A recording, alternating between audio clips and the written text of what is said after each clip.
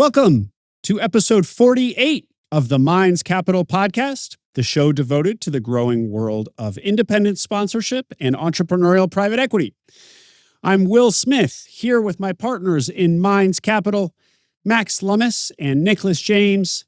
Today's conversation is with Dana Robinson and Alan Baca of Verde Equity Partners.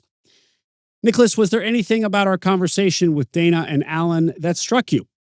Alan and Dana are working on a roll-up, and specifically a roll-up in the commercial landscaping industry. They're very experienced as consolidators, heavy in the M&A industry and so forth. And so as I jumped on this interview, one of my goals was to really understand what are the ingredients necessary to be successful with a roll-up play.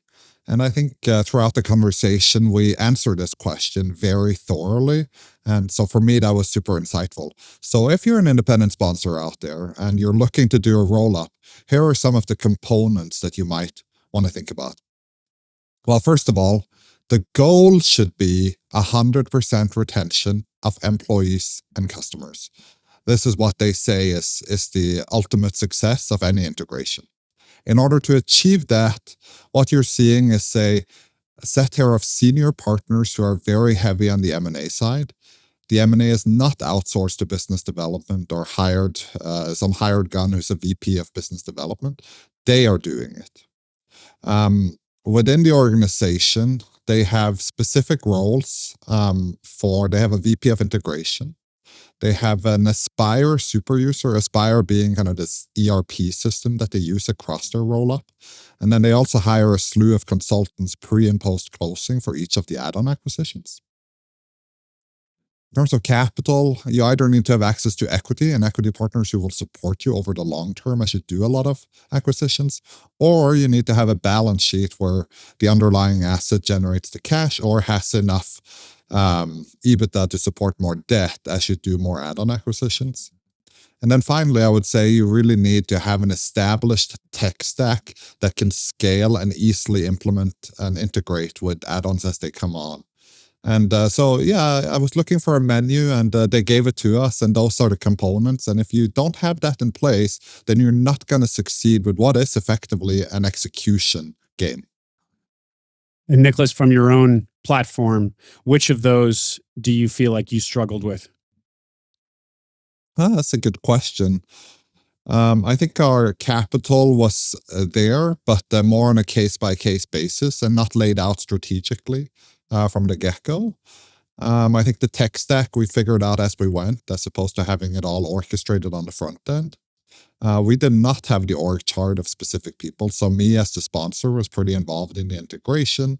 And also we were winging it on a first-time basis often. And so I definitely think there was a lot to learn from these guys who have done it repeatedly throughout their careers that we could have benefited from in my roll-up that we recently exited. Max, to you, did anything jump out at you in our conversation with Alan and Dana? A few things, and piggybacking on what Nicholas said, they mentioned that roll-ups would fail most likely due to poor execution, culture loss, and talent attrition. So those last two, culture loss and talent attrition, I mean, those are HR issues. And, a company obviously is just a group of people working together. And, when you try to slap a lot of them together, you're obviously going to have differences in culture. And if you start losing talent, then you've lost everything. So it was interesting to hear them talk about, how much time they spend focusing on HR and they bring in HR consultants even to help preserve culture. There was another concept that came up. I've just never heard the term warehousing before. So the roll-up actually started as I believe it was like a search fund acquisition that two of the partners made early on with their own capital and sort of family and friends capital. And so this warehousing concept is that sponsors start off with a platform. They just sort of, get into it in any way possible. They bootstrap it basically, and then they build up value, and then they get that platform to a place where it's attractive for institutional capital, to where it really could become an independent sponsor deal. I think it starts off basically too small, and for that. So they got the platform to a point where they could attract institutional capital. And the warehousing component is that Verde then contributed the business into the new. They were a fund, actually, not an SPV, but they contributed the business into a fund and then raised acquisition capital to go out and do a roll-up. So, but in doing that, they also mentioned that they preserve, as the sponsors, they preserve the sponsor economics. So they get a fair valuation for what they're contributing to the new fund or the SPV, and then they also get sponsor economics. And what that does for an investor is it shows the investor a platform that's already de-risked. It shows that the sponsors have already run it and have the ability to create value. Gave me some great ideas. So I've just never heard that warehousing term, but I thought that discussion was helpful in a different way to approach the independent sponsor model. Very interesting to learn about that. It's the first segment of the interview. And one of the places we take that conversation is to searchers, which I'm kind of always looking at it through that lens because of Acquiring Minds. And this warehousing concept struck me as something that would be particularly interested to searchers who I observe are more and more interested in the independent sponsor model, as independent sponsorship as an alternative model to search is gaining traction in the ETA side of things. And so this warehousing idea, here you have a way that, in theory, this is very theoretical. A lot would probably have to go right. But in theory, an SBA style searcher, a self-funded searcher, could get themselves into their first acquisition and demonstrate value, build value, build equity over the first couple of years. And if then they were drawn still to a pivot to an independent sponsor model, this is the way that they might do that, by warehousing their SBA acquisition, essentially having the SPV that they would set up as an independent sponsor buy the business from themselves. So you are selling the business to yourself in a sense. And it becomes the platform of an SPV according to independent sponsor rules and economics. And so you, as originally SBA searcher, see your equity drop from whatever it was, high, 100%, 90, 80, 70%, down to the traditional independent sponsor economics of 20, 25% carry. But you are now in the independent sponsor model. So you have access to a lot more equity, and you probably can have bigger ambitions for the business. You are out from under the personal guarantee, and you are now in the independent sponsor game. Again, not sure how really applicable that is to how many search situations, but fun to talk about and theorize about.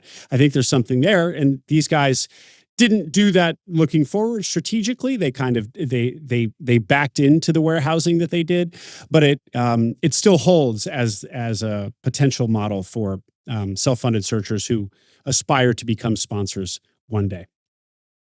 Well, great. Let's turn to the interview. Before we do, our usual reminder. At Minds Capital, we invest equity in independent sponsor-led acquisitions. Our check size is $1 to $3 million per investment, and we do an average of a commitment per month. So if you are a sponsor raising equity for a platform acquisition, submit your deal to us at mindscapital.co, our website. Or if you're interested in investing in Minds Capital as an LP, there's also a pre-registration form on our website for accredited investors. If you are an accredited investor, you can fill out that form to be kept in the loop on our future raises. Again, that's mindscapital.co. And here is episode 48 of the Minds Capital podcast with Dana Robinson and Alan Baca of Verde Equity Partners. Enjoy.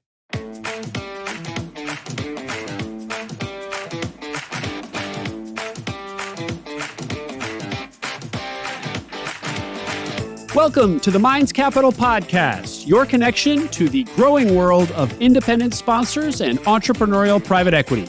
We are your hosts, Will Smith and Nicholas James.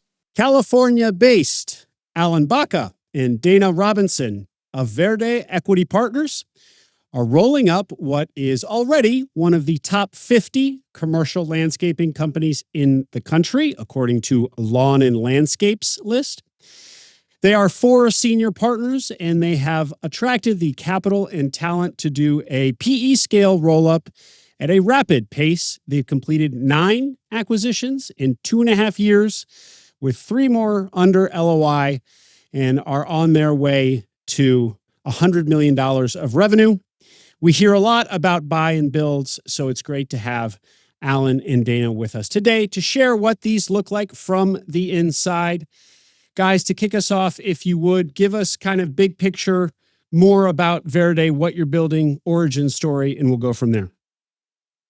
I'll take that. This is Dana Robinson. I'm one of the partners.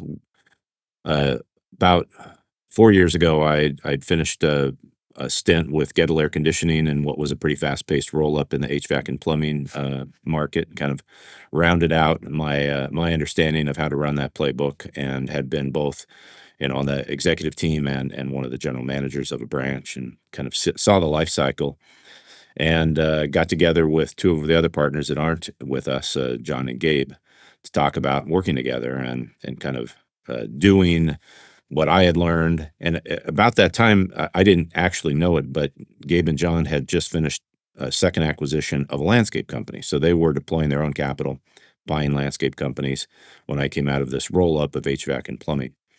And we decided, let's do this thing. Oddly, we didn't think about continuing landscape until we had Alan on board, and we kind of had done some thinking around our thesis. We just knew we were going to be in something in the property services space.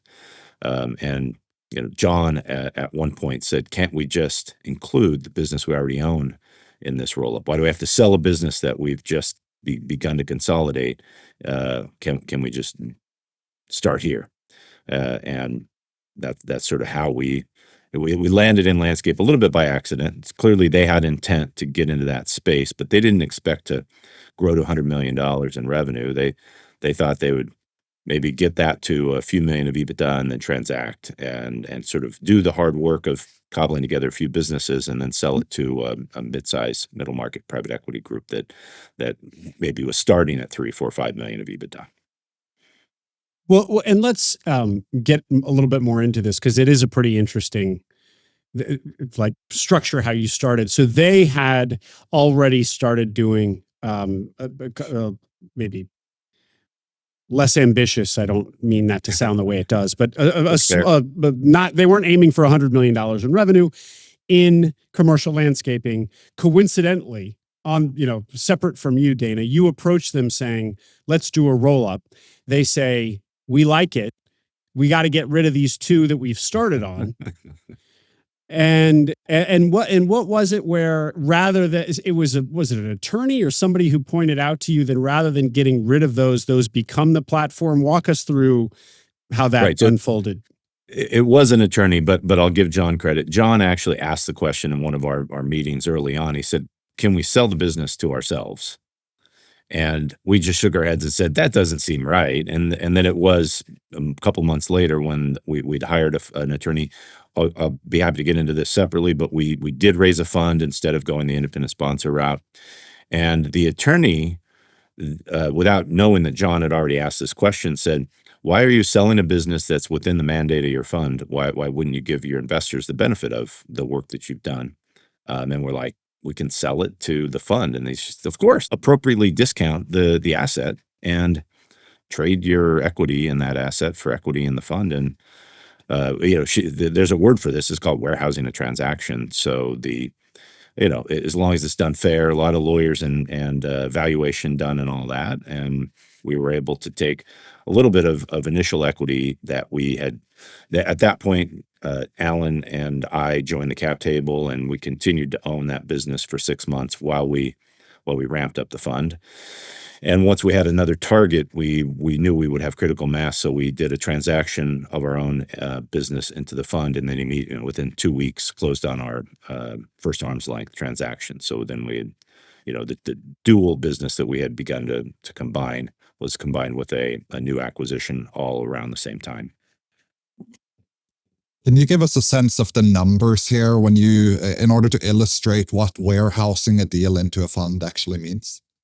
I mean, it could mean a lot of things. A lot of times it's somebody who's a sort of hard money lender who says, I'm happy to back this with my capital as long as I'm either, paid back or realize some benefits and get equity in a fund, or get my debt recapped and some equity in a fund. Um, I'm not sure that the size matters, but these, our first two acquisitions of our business and the other business were 5 million each in terms of total value. So we basically had a 10 million enterprise value business with, combined EBITDA of 1.8, I think, was probably what we had on our qualities of earnings. One business that was ours, one business that was so we had two qualities of earnings coming into this transaction. And, ours was a cashless transaction. So we just, had the company swap out the debt that we had on the business for its debt, and we took what equity we had and swapped it for units in the fund. And I think independent sponsored deals are having more and more allocators welcoming similar structures, where they'll give you credit for the sweat equity you've created. We've had several, early on. I think when I first got into the market for independent sponsors, there was a lot of the idea of like people wanting to waltz in and get the value that was created, without maybe giving the sponsors credit for that. But with so many allocators that want to start at a certain, EBITDA, if they're not going to invest before you hit 2 million of EBITDA, somebody has to put dollars at risk to get that business to that size. And then when you turn around and have your investment group come in and allocate as independent sponsor capital, I'm seeing more friendly and welcoming allocators that will let the sponsors pick up some of the gains that they have embedded. And, especially when you're talking about running a business for 2 years to get it to that size, the sponsors don't have to give, the original valuation to investors that come in 2 years later when they've created some value. So there's an opportunity for sponsors to think about getting a business going before it's seasoned enough for allocation for the size they need to be for independent sponsor allocators. Let's unpack that segment there a little bit more. That's super interesting. So if an independent sponsor buys one or two smaller deals with the vision of building something much larger down the road, they can benefit even within the first 2 years if they just kind of take that hands-on and get effectively their first bite of the apple after a couple of years if they've successfully integrated those and staged this to become a bigger roll-up. Is that what you mean? And then for the LPs who joined in the beginning, of course, when you bring on more equity investors, there's a dilution there, but is there also, do they get the benefit of having invested early? Yeah, yes, they should, right? So if you have a hustler, an independent sponsor who's bringing in some, friendly money, some early LPs, they're investing at that value. 2 years later, you have a quality of earnings done, have a valuation done. I mean, there will be a negotiation, I'm sure. The people who allocate to independent sponsors often understand entrepreneurship. And they also, there is this balance. They would like to get in at a fair valuation where they get some immediate lift. In some ways, they're trying to de-risk against the economics that they're giving you. So I would, imagine in the mind of an allocator thinking, if they're getting a 20 or 30% discount to true value, if this was a controlled transaction, and they know there's about that much embedded in sponsor economics, they're entering with a de-risked asset, even if they're giving some lift to the sponsors that have created that initial round of value. And I think the more track record a sponsor has, the easier it is to justify that, because then you're basically selling the allocator on I'm a sponsor and my track record is right here. You're investing in my track record. I am doing the thing that's a lot lower risk than if you just bet on my idea and the LOI I've got, right? And if that's the case, no one's going to give you any extra lift. They're going to give you market economics. You're going to get some deal fees. You're going to get, they want you to roll those deal fees. You're not going to get a lot off the table. But if you've done the work, then you're entitled to ask for, some of that lift that you've created. Dana and Alan, so on a separate podcast, I interview searchers, SBA often style business acquirers, usually people buying a business and becoming the owner operator of that business, at least for a time. And it's interesting as I listen to this, and I just wonder if this warehousing concept is one where searchers can't become independent sponsors right out of the gate. They might not have the appropriate experience, or they don't have their own balance sheet, a big enough balance sheet to support deal fees and broken deals and so on. So they start with a SBA style acquisition. But I wonder if this is a method where, if that acquisition is going well, they can pivot their strategy from SBA searcher owner operator after a few years, some demonstrated success, into a kind of independent sponsor style roll up. I'm thinking out loud here. I guess the question would be: is warehousing a deal something that you do only in retrospect to kind of force what work that's already been done into the new situation, or is it something that you could think about doing looking forward as a strategy? There's a number of deals that we've looked at in the past that are from, basically people that are bootstrapping, putting together a bunch of different companies. And so there's a couple different categories of these. One is people that just slap a bunch of companies together. There's no integration. There's no professionalization. They've just bought a bunch and they're hoping to get some sort of multiple arbitrage because they have more EBITDA than when they started with. And if it's something like that, that's just slapped together with no management team, no integration, then it doesn't make any sense. I wouldn't pay any more for something like that than if it's a real professionally run integrated company that's got the professional management in place. So I think there's value if you've done all the hard work. That's the hard work that Dana was kind of referring to, is spending time really getting the business and the processes in place to have a well-run business with all the systems that need to be there to create that scale. Now, I think your question about the searchers, searching for a business and running a business is very different than running a roll-up. We've run across a number of people that have done great at growing their own business and creating some nice win for themselves and their family, but integrating several companies all in a very fast-paced roll-up, creating the scale necessary, the right org chart, the right people in place to be able to do that is a different skill set. So I think, for the right person, they certainly could do that.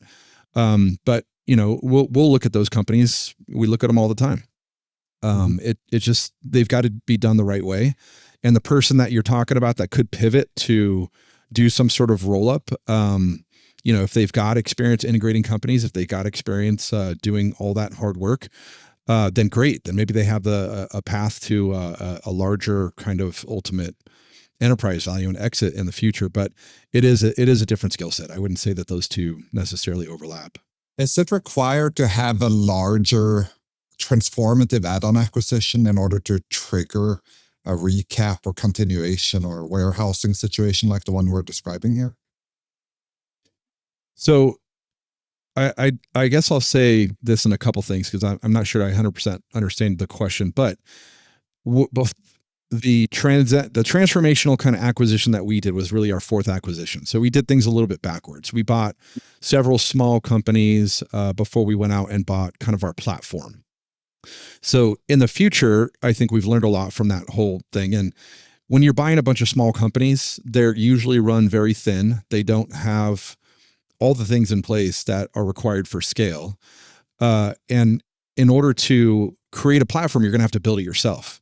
So you can build it yourself and invest in the company, which you're going to definitely need additional capital, additional people, all the different CRM systems, ERP systems, integration that you need to get that in place in order to be able to scale a company.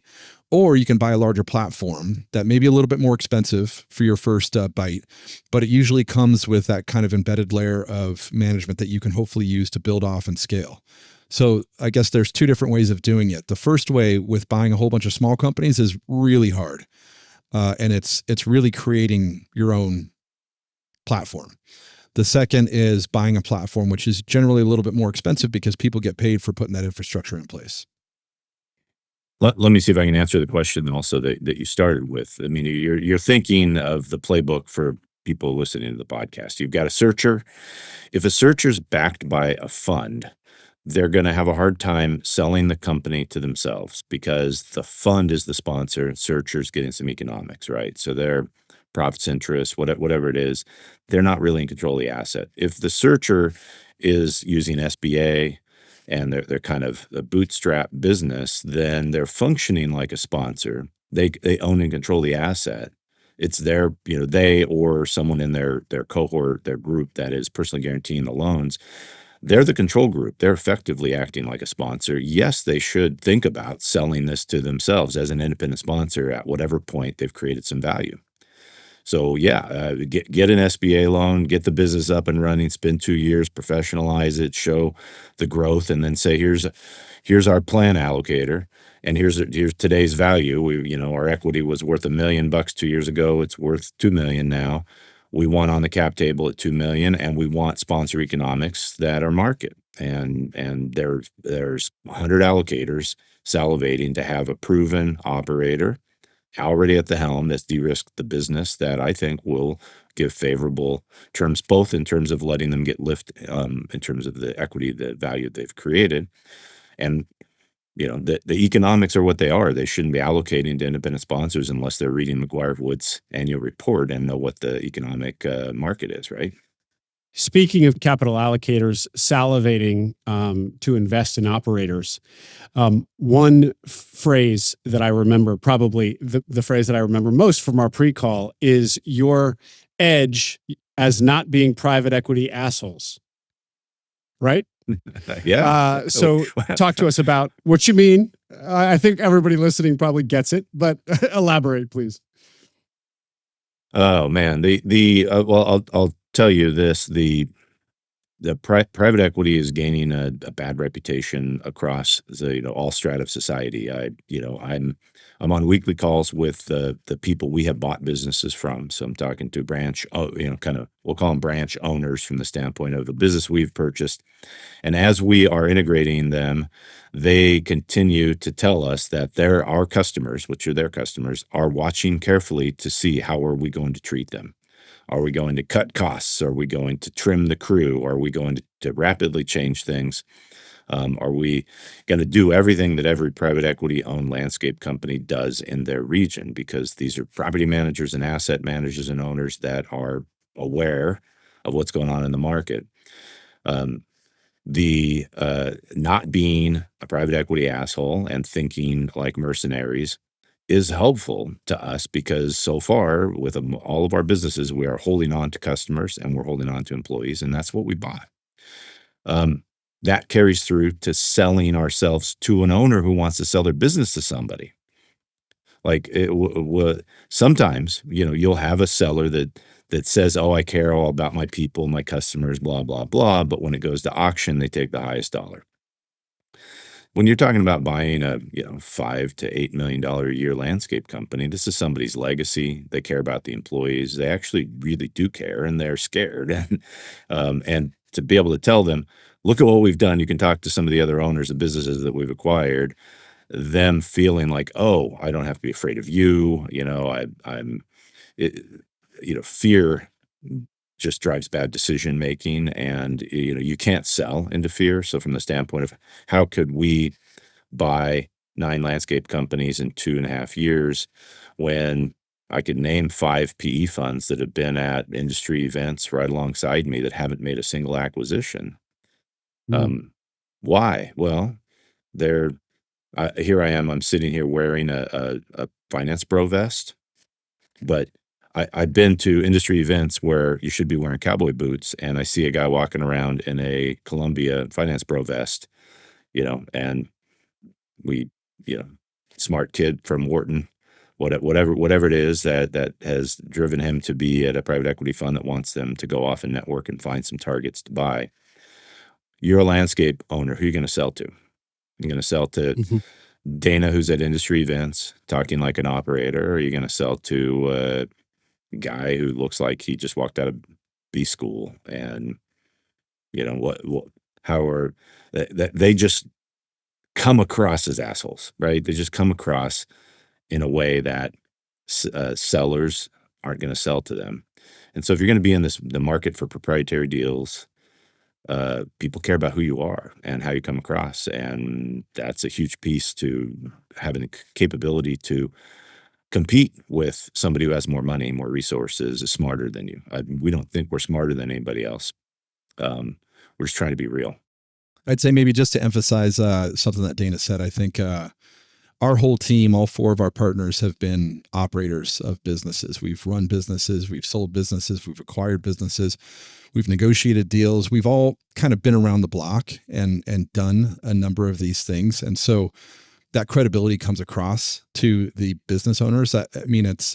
We haven't been selling decks for our career. We've been selling companies. We've been growing companies. We've been actually operating.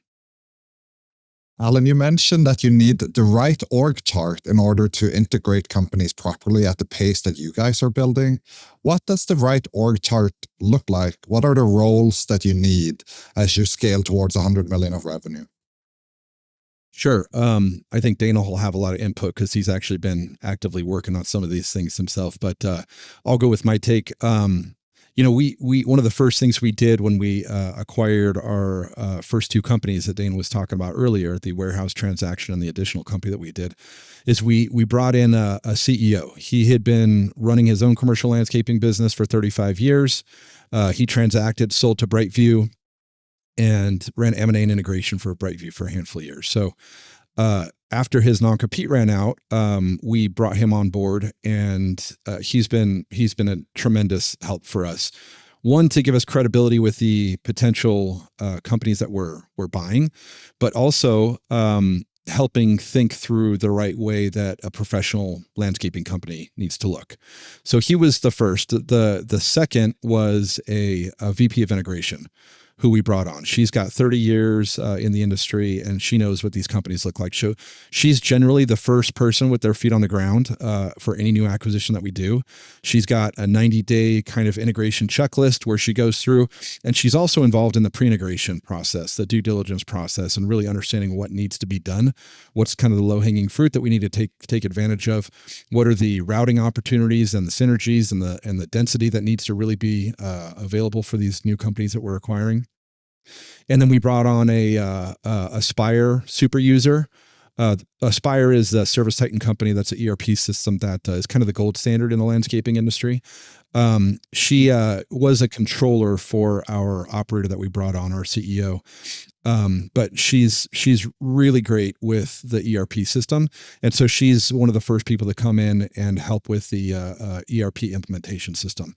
So implementing an ERP system is a really big deal, and it's hard, and it takes a lot of time and effort to get those get that actually adopted by all the users out in the field, as well as the branch managers, account managers, production managers, and everybody else. But it's the only way to really get true transparency and visibility into the business early on. So those 3 pieces were really key to our ability to start scaling up. And we've continued to hire operators, operating partners, consultants, other folks to come help us with a number of different pieces. But those were key hires that we did from the very beginning. What I did not hear there is someone in business development. So presumably you, Dana, and your 2 partners are doing the deal sourcing. Yeah, we're like independent sponsors should be, high contact sponsors, right? The high touch, high contact, full contact, however you want to put it. For us to earn our value creation, right? We're not sitting at a computer with a spreadsheet. We're getting into the business from the standpoint of, if you think of an org chart, we are at the business of until of recent size, de facto CEO from the standpoint of capital, resource, and allocation decisions, right? How are we going to get the debt and equity? What are we going to do with it? We are the chief strategy officer. So where are we going to buy, and how are we going to buy, and how does that fit into our overall strategy? And so we're driving a lot of that. And I wouldn't hire that out. I mean, and in my experience, the the people who are actually professional, for example, strategy officers or directors of strategy or doing biz dev, they don't know what to do in a business that's entrepreneurial. Like you don't get them into the business until you're doing a couple $100 million a year and have them come in and do something that maybe we don't know how to do. But to make the magic happen, to look at 150 deals, to write 25 LOIs, to close on 9 transactions in 2.5 years, it has to be us. It has to be the sponsors, whether you're a little fund like we are, whether you're an independent sponsor or a searcher. You don't outsource this piece of the business. Now you do need lots of consultants, and I'll say I wouldn't worry as much about sort of the shape of the org chart as much as the thinking always right butts, right seats. And that's an ongoing shuffle of sorts, because that evolves with each acquisition and people self-select out, and all of the everything people in small businesses usually self-select out first. So you end up with sort of a business that morphs, that's somewhat in your control. We're going to move this person here, see how they do. We're going to move this person here. They're not really running a sales organization. How do we set that up? What's the critical mass in order to carry back office expenses that includes a VP of integration and an Aspire super user? Because clearly a 2 million EBITDA company cannot have such resources. So I'm just wondering, at what stage are you ready to incorporate people like that? I'll tell you, for us, it's been a matter of getting buy-in from our, both our lenders and from our equity and co-investors for us to have pretty heavy adjustments. So we can't afford the cost of building the organization without an understanding that our EBITDA is not a true reflection of our cash flow, right? We are allocating capital that's outside of what the company earns to pay for the growth and integration. And right, so it becomes more of a growth equity play here, in that you have raised capital, or you have capital partners on board who are willing to dip deeper than EBITDA can support in order to scale it for growth. Yeah, and you do get access to greater capital as your EBITDA number grows. For example, the market for $1 million EBITDA business in terms of mezz debt's 3 times, right? So you got $1 million of EBITDA, you can borrow 3 times. If you have a lender that lets you aggressively adjust your EBITDA, then as you grow that EBITDA, you can continue to draw your debt. So a lot of it has to do with a lender who has an understanding of what you're trying to accomplish, because their mandate is to loan on EBITDA. So you definitely can't play sort of a growth game from the standpoint of venture where you don't have EBITDA as your North Star. But you mentioned that you have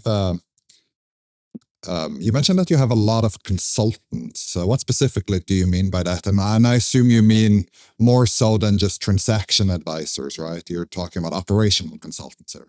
We've got a few different consultants right now. The first one that we brought in was a CFO resource who had experience with buy and build and private equity backed businesses, had run a $100 million car wash company before as a CFO. And so he knew all the pieces that needed to be in place to work with our lender. So that was our first kind of need for that, was helping with debt covenant, helping with ratio, helping with reporting, helping with all those different pieces. And, although we had a controller in place, she wasn't the right person to be able to converse with our lender and handle some of those things. So that was our first outside consultant that we brought in. Our second one was an operator who is very skilled at growth and scale.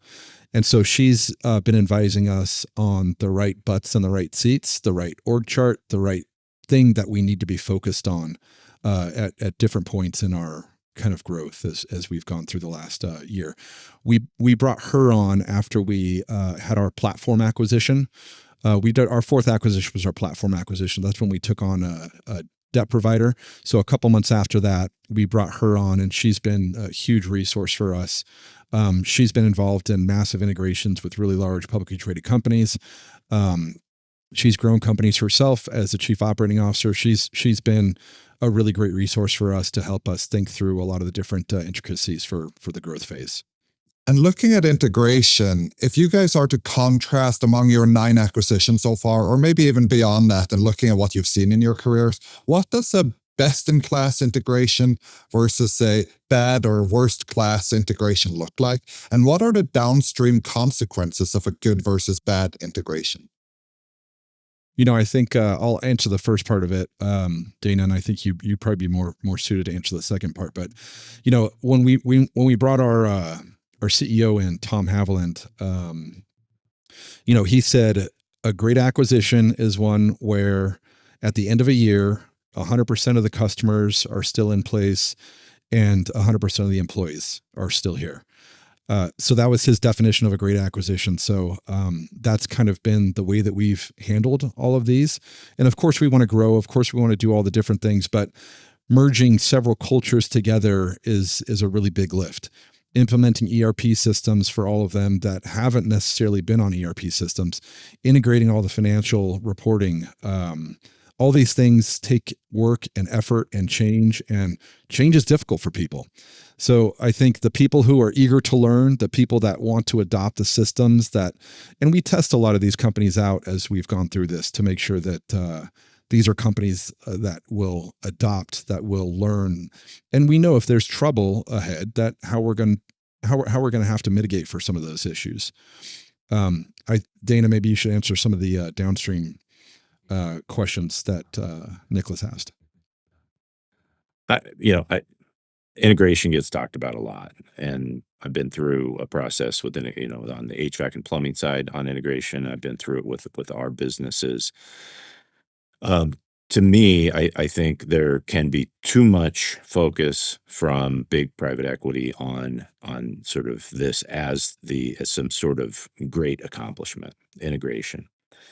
And I can tell you from not the landscape business, and I don't want to name names or branches, but I saw some very successful, not somewhat integrated, low integration branches that would have flourished better if left to be tribal and to keep their culture and to be the rebels of the organization. I think there's room for different brands in an organization that are not integrated. I think there's room for different cultures. I think there's room for people that sort of carry the torch of what made that business unit great when it was acquired.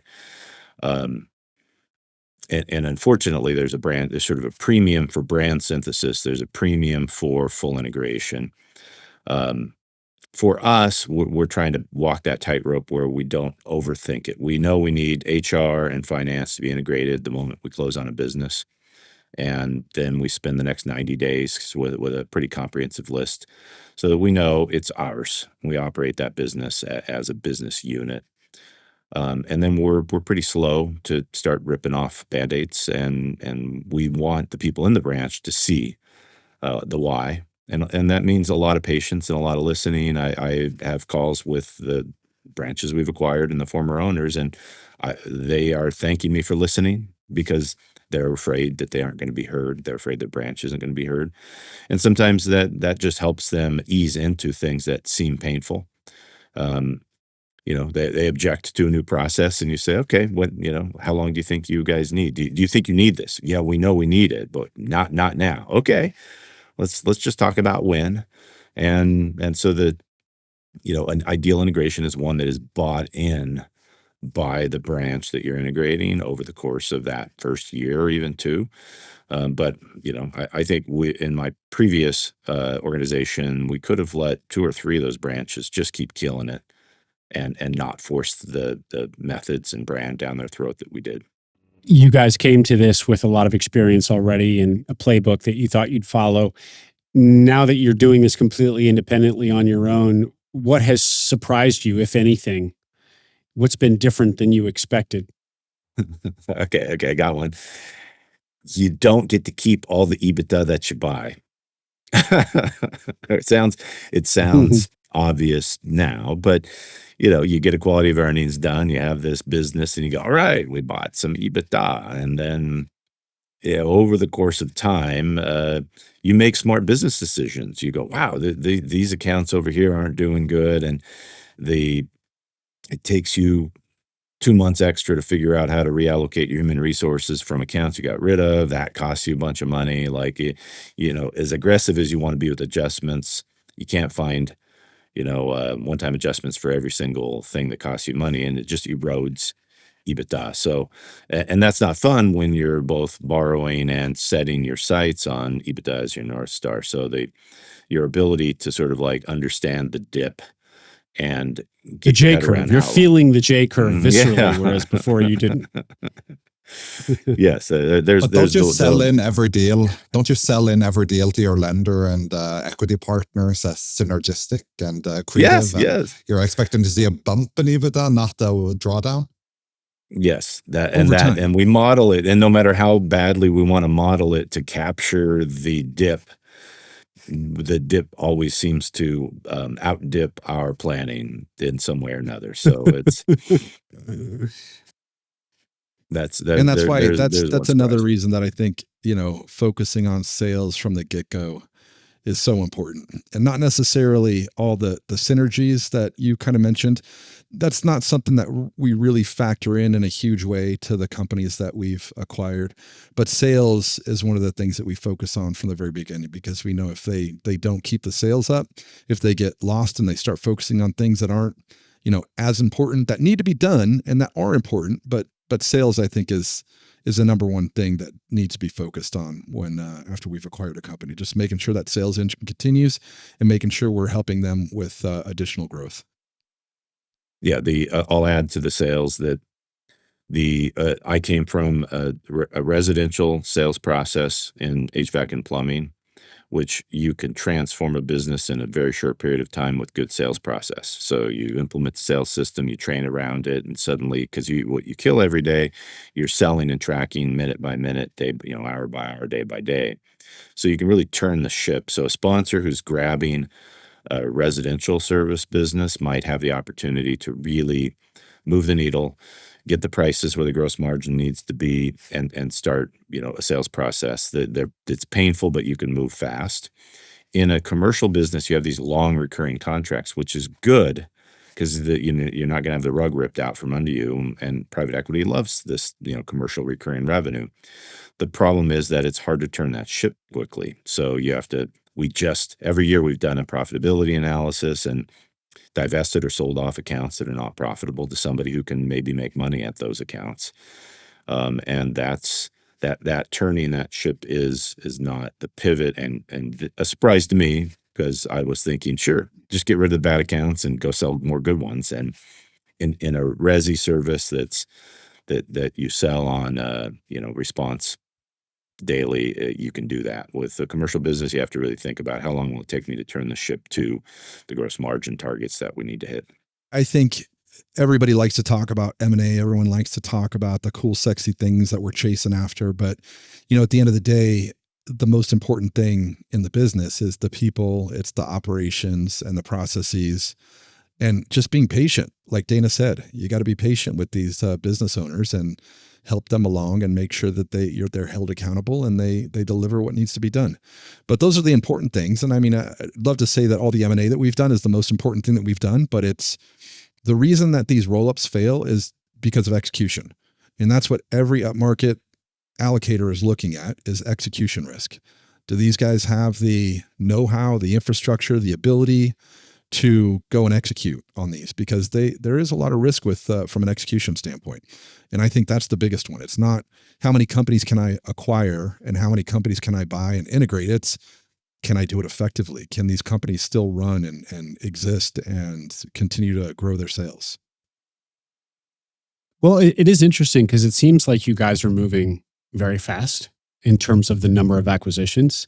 But then we're hearing that once you make the acquisition, you're quite patient. You don't lean too heavily on the acquired business or owner to start making changes and do everything. Do you think that that's a good characterization of the approach? It probably feels like rapid change to everybody, even though we're saying that. Like people don't take well to change. And look, if you get a new job, you expect everything to be different. When you have a job that you have personally invested to become safe, where you don't lose sleep on Sunday nights, you know what to expect Monday, and then someone else takes over, suddenly you don't know what Monday is going to be. So the small changes feel like a lot to everybody, um, and so yeah, you're hearing us say we're different from some sponsors that are going to come in and just immediately rip band-aids off, suffer. And there is a thesis around, kind of suffer one big cut soon on all the change management that you need to do. But I think our method is paying off for us, and especially in a market where private equity is sort of sweeping through, and the reputation, there's only so many commercial landscape maintenance companies in each town that are of the size to take care of the municipal contracts, the large HOAs, right? So if you're one of the 5 names in each region where you're present, you're going to know all the property managers, asset managers, city managers, and they're going to know if you're ripping band-aids off and people hate it and they leave and all that. But you could, I like to characterize it that we're rapidly making acquisitions, but we are slow to change.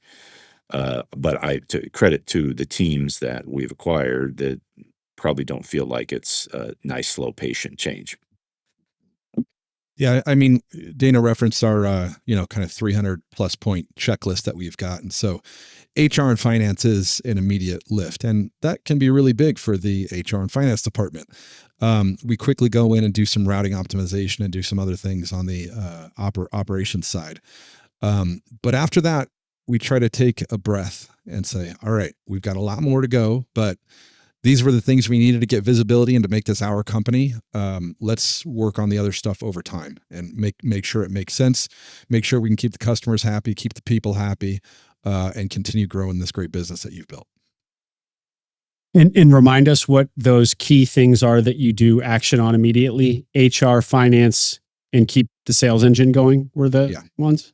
For the most part, yes. Yeah, HR and finance, you have to. I mean, we onboard everybody and they're on our HR and benefits day one. Yeah. So, and that to an earlier question that you guys asked, the HR consultants have been, for the most part, really important for us because there's so much that happens with an acquisition and all of this change that a normal small business HR director is not capable of doing that. So we've used 3 or 4 consultants through our HR cycles for different tasks. But yeah, you want your HR and finance to have control of the business right away. And then anything that's got risk, you can, for us, the high risk in landscape is tree services. So you want to get in and be sure that training's been done. Everybody's capable of being, climbing a tree, handling a chipper. So safety and be sure that that's onboarded. Fleet gets onboarded pretty quickly as well because it's centralized. That some of these aren't that disruptive. There's usually someone in charge of fleet at even a small business, and so getting the data in and sort of getting that into our software and having our fleet manager take that on, it's work for him, some pain for the branch, but those are kind of key.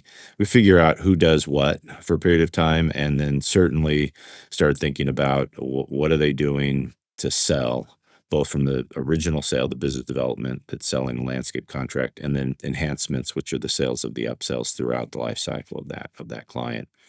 And we get our head around that fast. We have pretty so far better comp for those positions than existed. So they're also ready for a little bit more suffering because they're jumping into a better commission structure. And that still takes many months to go from selling 20% to selling 60%. But implementing our systems and processes, and we do use a consulting group for that so that we're following the same sales training and sales methodology. I think that's probably the top 5-ish things that get handled quickly, and then everything else is sort of call it trying to get through to either get the software launched if they're not on Aspire by the end of a year, or start it We've started that Mhm. anywhere from the 6th month to the 12th month for implementing Aspire as the ERP. Guys, we just have you for a few more minutes, but there are a couple biggish topics that we wanted to get to. This is a four-way partnership, as the audience has already heard. Talk to us a little bit about that. That's a little bit more crowded than we're used to seeing. Yeah. So a lot of different talent. What do you think, Alan?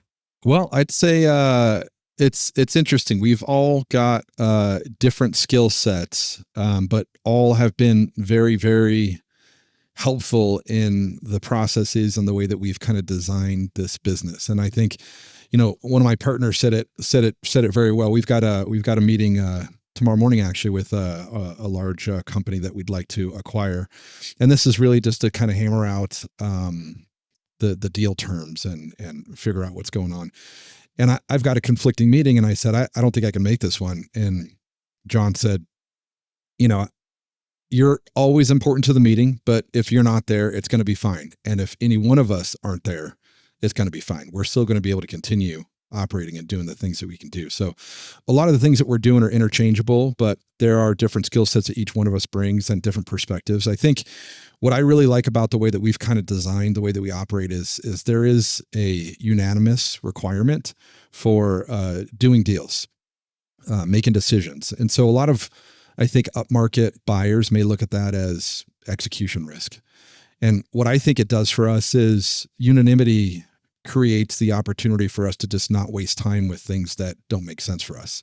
We can cut bait and go very quickly on a business that we don't like, or a decision that we need to make that just doesn't make sense, that there's too much risk for. We've been able to coalesce around what we think are the right decisions pretty well, even though there are 4 people. Is there a risk with being 4 people that it puts pressure on growth? Because in order for each of you to get incentivized in the long term, you really have to reach a certain ambition level here, versus if you were 1 or 2, it wouldn't be sliced in so many different ways. I'd say, none of us are going to get rich off our carried interest, for the process that we're running right now. But if we do 10 of these over the next 10 years and deploy $100 million into each one of these verticals, then I think there's some real wealth that we can create for ourselves. What we've all done is we've invested over $1 million each. I think it's over $5 million is our total for the 4 GPs into this existing. So we're going to make a lot more off our LP position than we will off any kind of carried interest, more than likely, on this transaction. So I guess we're all at a place in time where we could afford to go and do this. And we think, kind of sitting at the top of the pyramid as an LP is probably the place that we all wanted to be. And who better to bet on ourselves when we're going through and doing a process like this? When there are 4 of you, do you see, the formation of alliances? Do you see, how does friction play out in any way in conflict resolution? We're adults, I guess. I mean, I've been involved with 30 ventures, businesses, from things, I'd say 8 to 10 things that have been entirely my capital, a bunch of minority investments, private equity, venture, across a variety of relationships. We're at a stage of life where we're capable of acting like adults. No one needs to tell someone else do their job. No one is slacking off. So when you have a partnership where everybody's got a unique skill, everybody does their thing, and nobody's not capable, then you just learn. I for what it's worth, we're in very long partnerships with our spouses. We're capable of having long-standing relationships and dealing with conflict like adults. I think it's more important about not the number. A 2-person partnership can be absolutely miserable, as many people know from having bad marriages, right? But you're going to be married to these people. You're going to be tied at the hip, whether it's 2, 3, or 4. Your ability to trust, to let each one lean in with their gifts, their skills, do their part. I think we win together. And as Alan said, we're trying to build something out of this that is itself scalable, in which case we each make a quarter of the pie. But at the end of a 10-year run, I think we'll have built something that's more substantial than just making a big win on our first deal or two. I do think most partnerships in independent sponsor world should probably have two smart people that resolve conflict like a good married couple. But the ability to get through 9 deals requires, the kind of talent that the four of us have. Like we couldn't have done this. I couldn't have done this alone. And I'm like the holder of kind of like some specialty expertise, like being the lawyer of the group. And, I bet on myself a lot, but I couldn't have done all this on my own. I needed the partnership that we've got to do it. Say more about the grand vision. We keep glancing off it, but talk to us directly about it. Doing 10 of these. Define what one of these is. You're building it now, but be more specific and then generalize across the next decade ahead. Sure. One of these is commercial landscaping. So that's our first of what we've planned on doing. But we've got a couple LOIs out to companies in different verticals. And our plan is to do buy and builds for each one of those verticals. All of them are in the business service space. And when we originally came together, we had this thesis around property services, partly because one of our partners, John, spent the last 25 years doing commercial real estate transactions. He asked me to join him 5 years ago to help him create an asset management firm for multifamily owners of real estate that didn't have enough real estate to be their own family office. So during that process, he and I got the opportunity to really understand what asset managers are looking for, really understand how to create value in real estate, and hire and fire every single service provider that was servicing real estate. So whether that's rain gutter cleaners or landscapers or dumpster or janitorial, window washers, there's so many different options in the business service space. And we really know how to look at it from an asset management and value creation standpoint in those businesses. So that's been our thoughts. Is we really like the recurring revenue nature of these service businesses that we're focused on. We really like that they're not going to be upset by artificial intelligence. Maybe there's some opportunity to increase routing or optimization with some of the tools that are coming out. And we don't want something that's going to be upset by Amazon. So those are kind of the three key things for us. And so we've got 2 LOIs out, as I said, in new verticals. And I think what that's going to do for us is and it already has to an extent, it's going to require that we kind of divide and conquer. And so Gabe and I have been busy working on our next couple of verticals. Dana and John have been really busy continuing to work on the business and focused on commercial landscaping. So where we've all been really focused on this one vertical for the last couple of years, it's time for us to start dividing and conquer. And so there then clearly will be overlap between some of these buy and builds. How many can you juggle at a time? How does that look? We think 3 is probably the maximum that we'd want to do at any given time. So if we're doing 3 and we're acquiring 6 to 8 to 10 businesses in each vertical, that's a pretty significant amount of M&A, but our plans are kind of 3 years for each one of these. So there's lots of optionality as things go along, as we're seeing on our commercial landscaping business right now. So the discussions we're having, but 3 over 3 years. And so if you do that over a 10-year time frame, we're talking about 10 businesses that we'd like to deploy $100 million of capital into.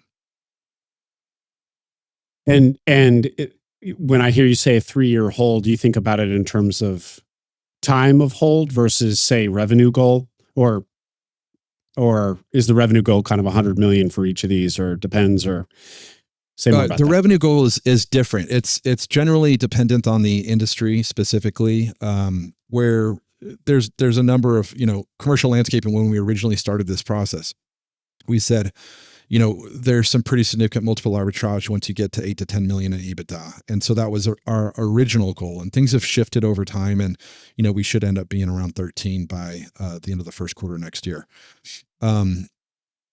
for every industry, it's different. So wherever there's that kind of value, multiple arbitrage opportunity is kind of generally the goal at the beginning.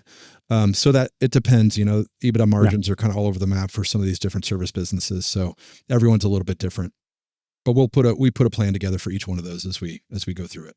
I think it's worth saying this because I think it's a game that I think plenty of independent sponsors should be thinking about, and that is we want to buy low enough, deep enough into the bottom of the lower middle market, small medium business, if you want to put it down there, that we're not competing with middle market private equity, right?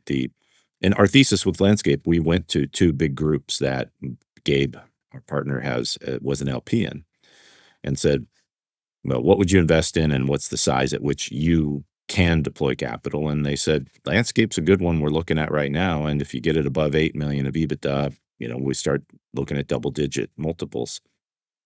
And at the time, we were paying like 4x, right? So our thesis was buy where others can't within their mandate, so under 2 million of EBITDA, and grow the thing to that inflection point.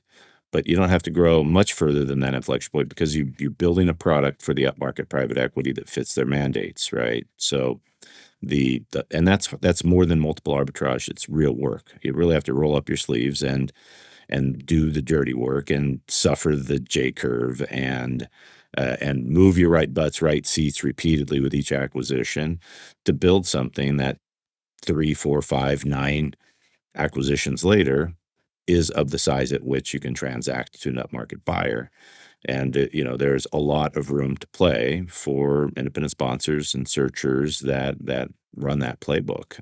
Because even though you'll be competing to some extent with big PE when they want to tuck in or a little like, you're still going to be able to sell someone on you being someone who cares about their business. Whereas for some big PE fund, they're just a tuck in that's going to just be absorbed into their local branch. That was a good addition, Dana. Thank you. We're almost at time, guys, but I wanted to get in one last question about the structure of this buy and build, that it is a fund structure as opposed to SPV. Tell us about that structure and the pros and cons that you found. When we came together at our age, I'm in mid-50s and my partners are in their 40s and have been around the block. We've been investment bankers, lawyers, owned, been LPs, been GPs. Like we thought, why do we need to fuss around with this independent sponsor market for equity and debt? We can just raise a fund. And just because you can do something doesn't mean you should. It turned out that the market is very unfriendly to first-time fund managers, but we'd already started raising the money. We had the targets in sight, and when we realized we could raise a certain amount of money, we just decided to use the fund as the vehicle for financing the business. And I think our investors appreciated the fund. The fund feels like a safer investment than an SPV. It's regulated. So there was a lot of compelling reasons to just proceed with it, but I would not recommend to other sponsors, seasoned or not, to think that there's some grand benefit from forming or raising a fund. The fund comes with $1 million in legal fees, hundreds of thousands a year in maintenance to be sure that it's compliant. You don't necessarily have a lawyer and compliance officer on staff like we do, being me. So the fund turned out to be fine, but we could have done everything that we've done as an SPV, capitalized by either many small allocators or one big anchor allocator who would have been just as excited to finance what we've done. And we would have probably ended up with about the same economics at the end of the day. So all of the deals that we're working on in our pipeline, we're in the ear of a dozen independent sponsor allocators instead of going back to raise a fund. I want you to think about this. Their whole job is to raise a fund, and they're getting an allocation for independent sponsor economics. Why do I need to go compete for pension fund money or get an anchor and raise a fund? We're really, as sponsors, in the way we're doing things and the way your audience is doing things, not really fund managers. We understand business and operations and a process of consolidation and all of the things that we're good at. are the things that the fund that allocates to us doesn't want to have to do. We get the great economics for doing that work, and we don't have to go raise a fund, manage a fund, be accountable to the laws around a fund. So yes, we raised a fund. Yes, we can say this is Fund 1. Yeah, but at the end of the day, we're not that intent for the foreseeable future in raising another fund. And what was it, Dana, that turned you off about the independent sponsor structure? As you put it, you didn't want to fuss around with it? I mean, when I first, it was just new and something to figure out. It was like, it's new. It's something to figure out. At the time, I think when I first started, got out of the air conditioning business and started looking at what was next, was 5 years ago, and the independent sponsor economics were sort of, well, tell us about your deal and then we'll tell you what we'll do for you. It was a lot less transparent. In that time, I think there's so many funds that have gone, why are we doing all this work when we've got these kind of sponsors that'll do the work for us? They're being transparent because they have to be, especially once somebody has track record. They're just going to ask, like, where are you on the economics that we all know or market? I don't have to. I don't have to negotiate based on the deal. And you get stories. You guys have probably heard them where you think you're an independent sponsor and then you get nudged out by your sponsor. Right? Suddenly you're just getting some PI and they nudge you out.